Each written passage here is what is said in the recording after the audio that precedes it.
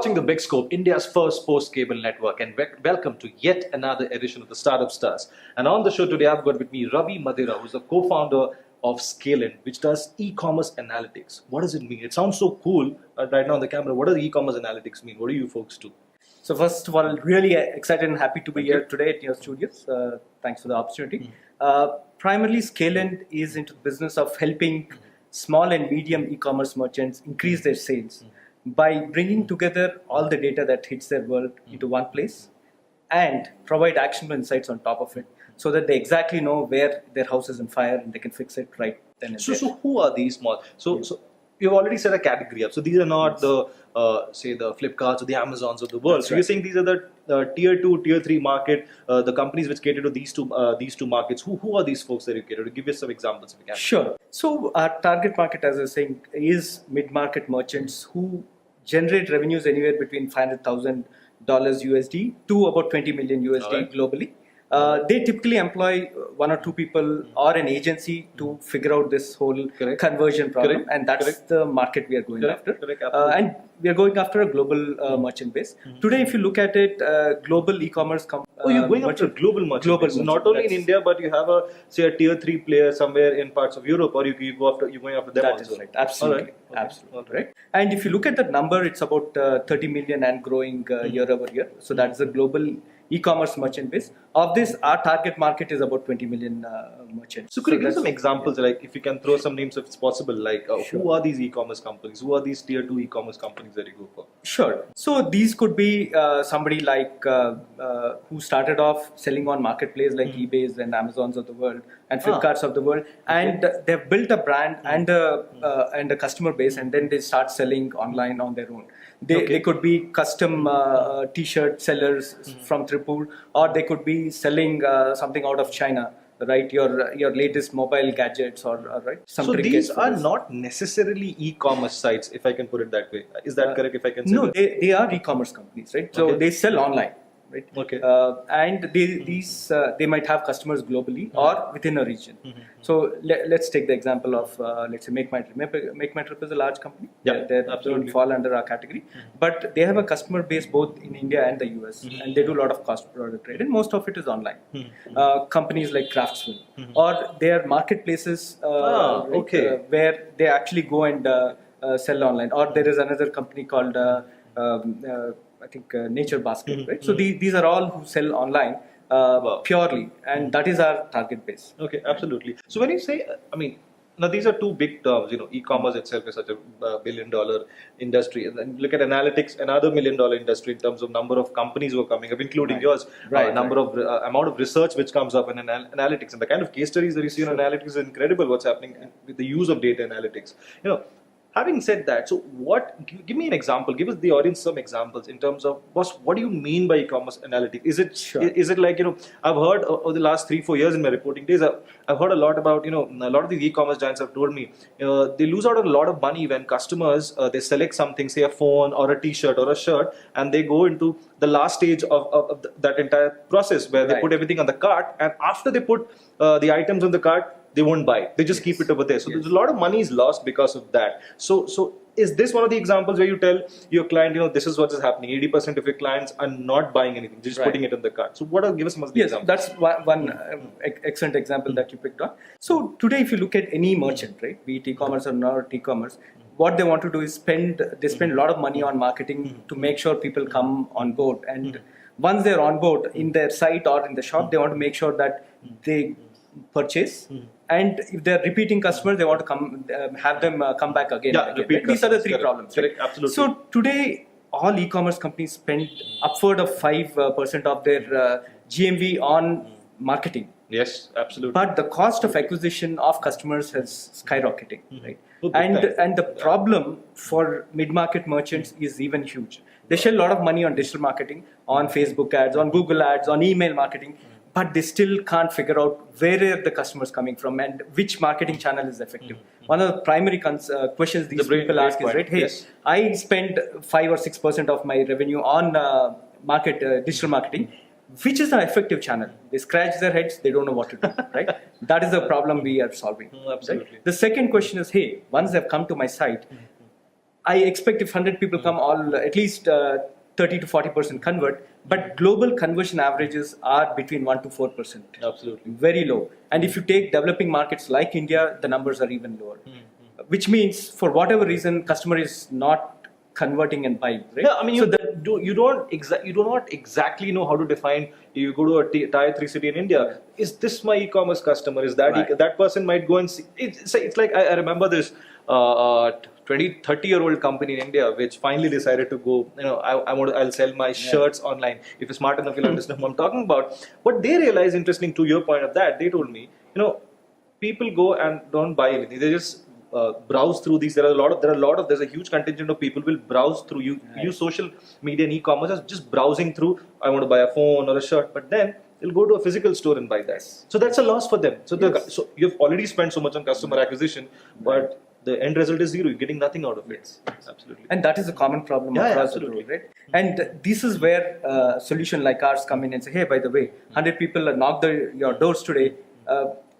2% converted, yes, but we absolutely. also tell you exactly who the rest of the people who didn't convert as well and what they are, so that if you want to re-engage and work with them, there is opportunity. So do you also tell them, say a town like these are 50, there are 40 girls or 40 women over here who would want to buy that. Only 30 men who would want to buy this product, and they don't want this particular color of the product, or they don't even browse through the categories at a certain point of time. So do you tell all these little nuggets? So with our advanced solution that we have, which we sell it to our premium customers, we provide all the complete journey insights. We exactly track who's coming, where are they coming, what are their browsing patterns, right? How long does it take for a first-time visitor to convert and become a purchaser? And how many times after purchasing would somebody become a really loyal customer, right? So these are metrics and insights that we provide from our solution, which primarily comes from our machine learning and AI algorithms that we have. So since you mentioned AI, I really want to. I just take a step back. You critically mentioned that you're an AI powered, ML powered. Now I've seen a lot of startups. When I say a lot, I really mean a lot of startups across the world and a lot of other startup economies where even Fortune 500 companies plus startup, they use the word AI and ML interchangeably. Now, technically, isn't that? I mean, that's not true, right? I mean, AI is like regenerative learning. I mean, it's a platform which will take decisions on its own. Now, what you folks are doing is also about you pushing data into it, but you have a decent amount of human intervention in terms of this are the data sets that are coming and you're working on it. So, isn't this just ML then? No, I think excellent question. And today AI is a highly abused word, right? Everybody uses AI for everything, right? From even adding 1 + 1 and calling it 2, they say it's AI engine.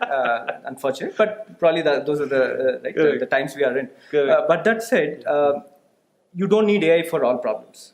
Beautiful, right? absolutely. That's Agreed. one. Absolutely. And a lot of times the quality of output you get depends largely on the data you are dealing with, right? Yes, if you as a company are not collecting enough data, no matter AI, AI, you get nothing out of it, right? Absolutely. So fundamentally, you have to make sure that you're collecting data in the right, all the data that you need, and probably you'll have to start looking at a data quality index, right? And that's what we as a company are promoting, right? Saying that, hey, you look at all your services and say, do you have sufficient data even to make any sense of your work, right?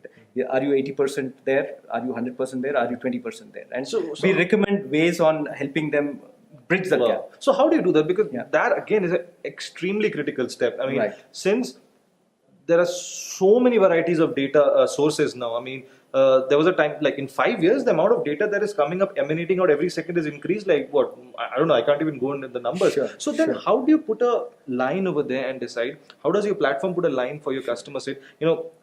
There are some 2 terabytes of data sets coming for, and these 2 terabyte data sets are of Indian customers, Indian consumers in tier 2, tier 3 cities about their online behavior in terms of shopping. So how do you decide what is good data, what is garbage data, what is unstructured? How do you clean this data? Because your ML program, or even if you call it AI, is as good as the data that you're throwing at it. That's right. So with our case, right, the use cases that we are solving are fixed in terms of, right, when we look at our e-commerce merchant insights, we primarily look at visitors data coming from tools like Google Analytics, Mixpanel, or Adobe, or our own tool set that we have in that space.